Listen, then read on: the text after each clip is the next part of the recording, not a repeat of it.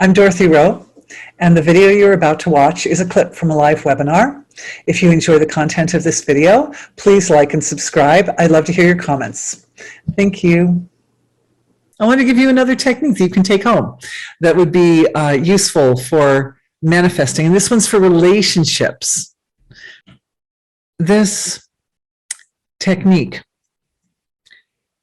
it does two things. It helps to cultivate really healthy, really harmonious, copacetic relationships with people around you.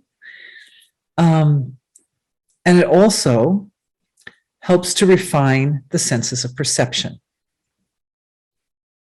both of which are useful. One is that every relationship we have possesses a home deep within us. Now, it's easier to find the relationships that have been with you longer and that are more developed. So,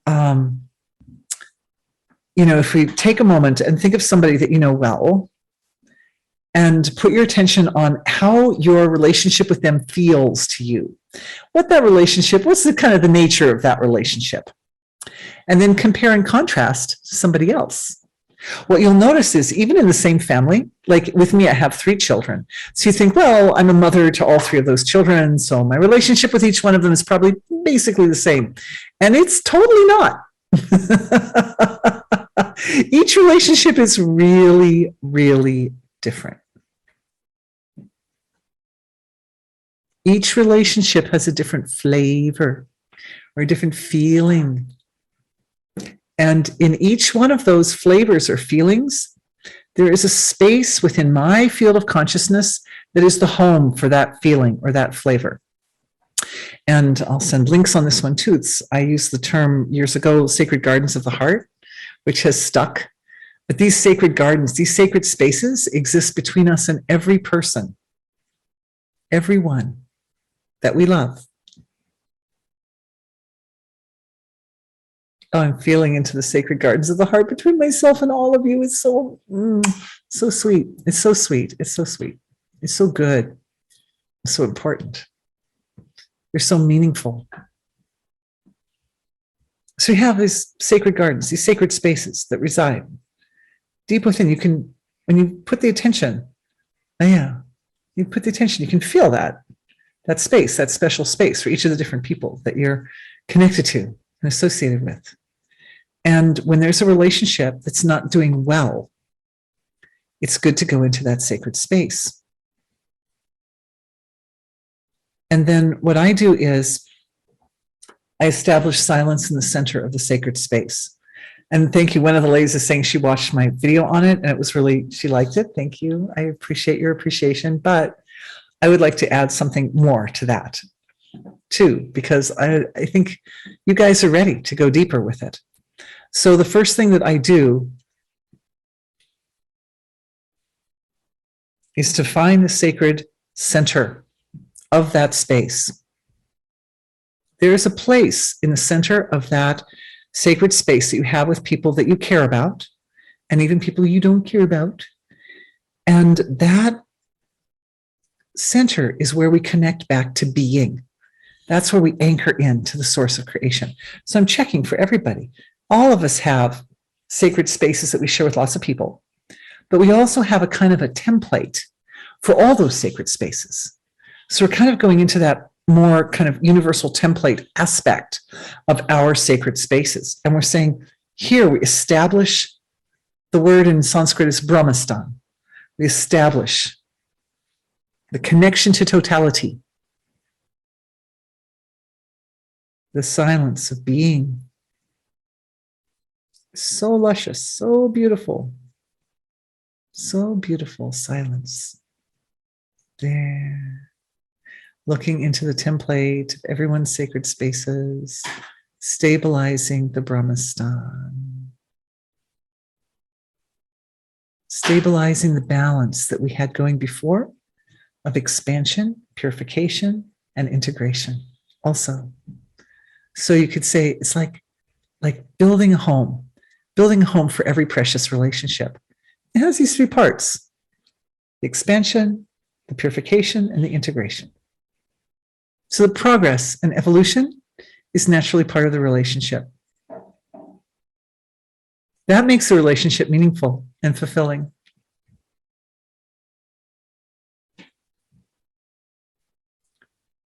Out of this form that we've created, the Brahmastan in the middle, and then the 3 petals on each side of the Brahmastan are the sacred spaces of everyone's relationships. Such a beautiful light medicine is emerging.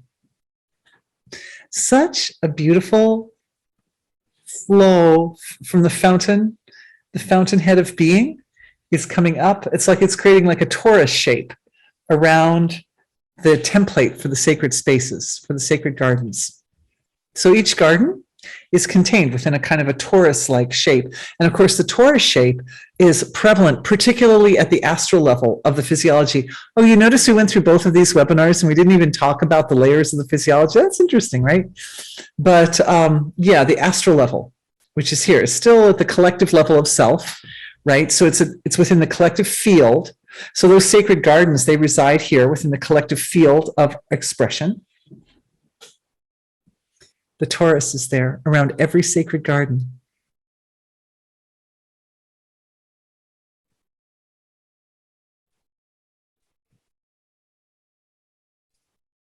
Thank you to all of you for supporting the expansion of this healing to go to humanity. It's a simple form. We've created a form on the level of consciousness, right? It's got a Brahmastan in the middle. It's got the 3 petals around the edge, the 3 petals responsible for the evolution and progress. And then the torus form comes around and it washes the whole thing. Right, right. So what lady who's kind of expert is saying the 3 petals proliferate into the torus, which is a lotus. Yeah. And we're giving it to humanity. We're giving it particularly to the Western world, but the whole world, because this crisis that we've been through, 2020, 2021, whose name I will not mention, this crisis, it touches everyone on earth. So we're, as a collective, our beautiful, remember at the beginning of this healing for the sacred gardens, I was saying, oh, I feel like I'm looking in and seeing that sacred space that I share with each one of you. Now it expands to the world.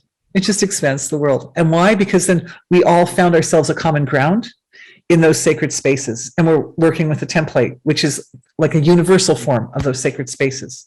And so it easily translates into a world healing.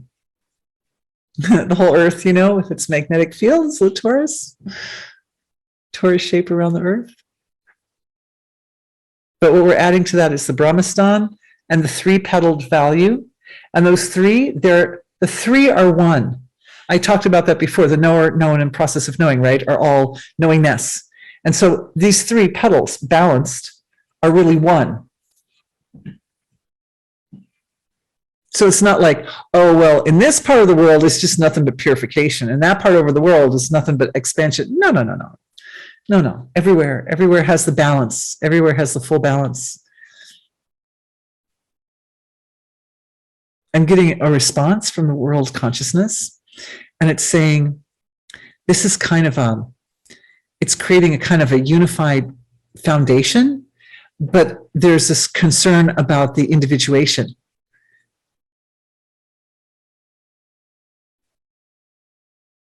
So what we're doing is just now illuminating the cycle of creation, this cycle, especially the expansion part of it, because the expansion side diversifies and diversifies and diversifies and diversifies. The integration side is more of coming together side of it. But the laws of nature of the diversified side of that cycle brings us full circle. At the beginning of yesterday's session, I was saying that when we're talking about manifestation, we're talking about the expanding side of the cycle of creation. Right there, It's the expanding side. There's a reorganization of the laws of nature that's supporting laws of nature to become more prevalent or dominate, that support evolution and progress. And when I say evolution, the goal of that being divine expression, the most perfect, whatever is going on down here in the field of totality, that it expresses itself most completely, most perfectly, most holistically up here at the surface level.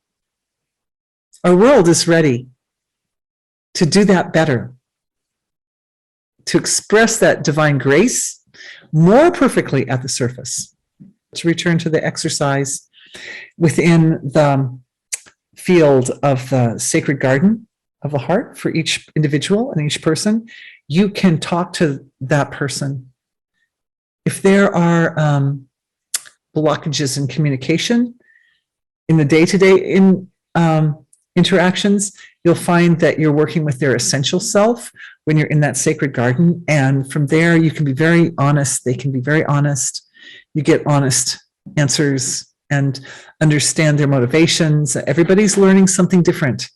And the same experience will be, two different people will participate in the same experience, and they will get completely different lessons out of that experience.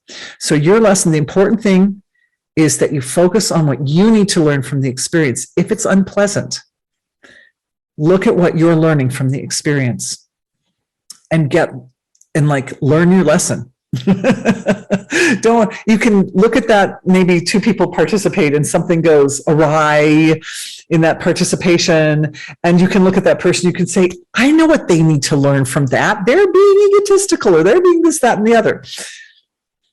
But it doesn't matter what they're being. It only matters what you're supposed to learn from that experience. And if you learn what you're supposed to learn from that experience, the problem of the interaction solves itself. And if they still have their problem, they can go have it with other people. But they won't be having it with you anymore because you learned your lesson. I hope that helps.